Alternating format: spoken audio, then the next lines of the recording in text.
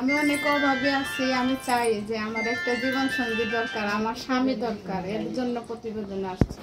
জানেন এখন তো আমার একটা বিয়ে হয়ে গেছে, কারণ এখন আমি এমনি কলঙ্কিনী।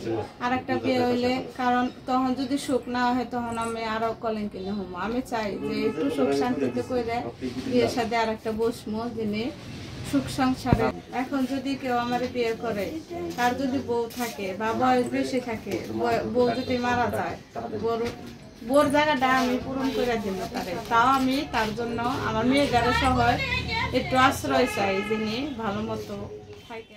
আপনাদের তৃতীয় শুভেচ্ছা জানিয়ে শুরু করছি আমাদের আজকের প্রতিবেদন।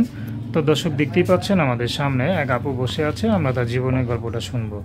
তো জানবো আপু কেন আমাদের ইউটিউবের মাঝে আসলেন, তিনি কি বলতে চান। আপু আসসালামু আলাইকুম। ওয়ালাইকুম আসসালাম। কেমন আছেন?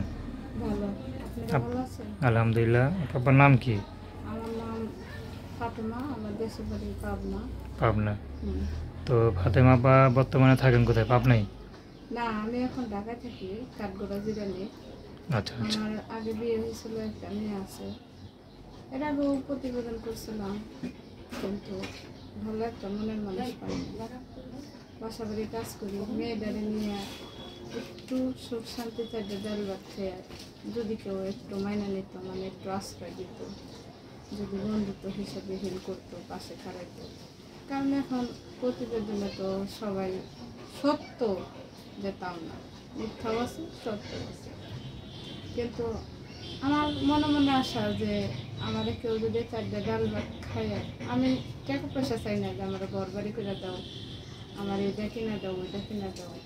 আমি সেলাই মেশিনের কাজ জানি, যদি একটু সেলাই মেশিনও দেয় আমার দিয়ে সাধারণ মতো একটু চলার সমর্থ করে দেয়, বিয়ে করে, সে বাংলাদেশি কি আর দেশি, যদি বিয়ে শাদী করার জন্য রাজি থাকে তাহলে আমি বসবো।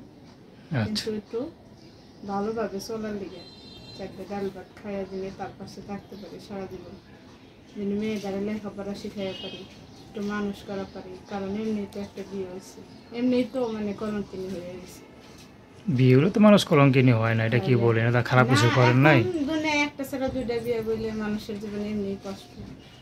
আচ্ছা, তো এখন যদি কোনো বয়স্ক বিবাহিত পুরুষ আপনার জীবনে আসে, যদি কেউ তার বউ চলে যায় বা মারা যায়, বা সে যদি আমার মতো একটা গরিব অসহায় ভাই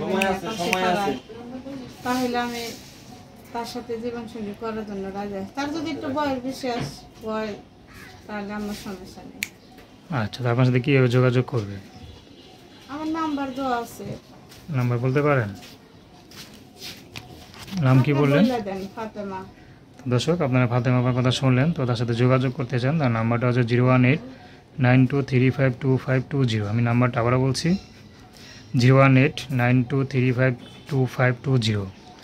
তো দর্শক, প্রেম ভালোবাসা সাহায্য সহযোগিতা বিয়ে শাদী করা একান্ত আপনাদের ব্যক্তিগত ব্যাপার। তো আসুন আমরা 5 ওয়াক্ত নামাজ পড়ি, সর্বদা দেশের সেবা করি। তো আপুকে আর কিছু বলবেন? যদি মনে করেন ভালো মন নেই আমার পাশে খারাপ, আমার মেয়েটারে মাইনা নেন। এমনও সময় যায় মেয়েটারে 10টা টাকা দিতে পারি না। মানুষের বাসায় কাজ করে বুঝেন তো কতটা কষ্ট। যার স্বামী নাই তার দুনিয়ায় কিছুই নাই।